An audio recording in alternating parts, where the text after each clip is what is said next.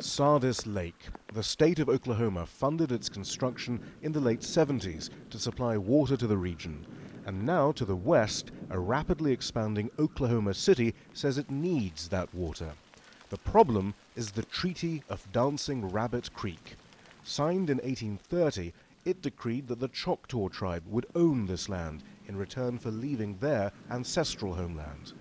There have been attempts to remove Indian land and water rights here, notably after the Choctaw Indian Nation sided with the Confederacy during the American Civil War. Nonetheless, the Indian tribes argue that legally the treaty obligations still exist and they control this water. The Choctaw have the cash to back up their claim over Sardis Lake, and with money comes the political influence to argue that this water is not Oklahoma City's to take. Indian leaders say wealthier tribes now have the means to protect their sovereign rights across the U.S. We've always had a presence, we've always had a voice, but it wasn't a very loud voice. And now, with the advent of gaming and other economic opportunities, tribes have the resources to hire those attorneys. This is definitely not our grandparents' generation.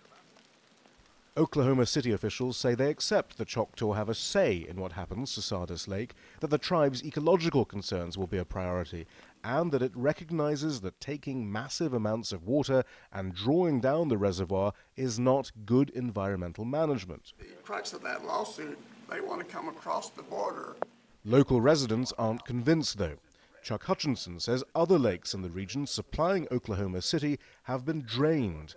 He fears the same will happen to Sardis. Take all that water out there and what do you got? In a shallow lake, that mud flats all around the area. Nothing. Similar water disputes are underway around the U.S. At root, the tribes say, is the sovereignty granted them for their expulsion from their homelands, their trail of tears.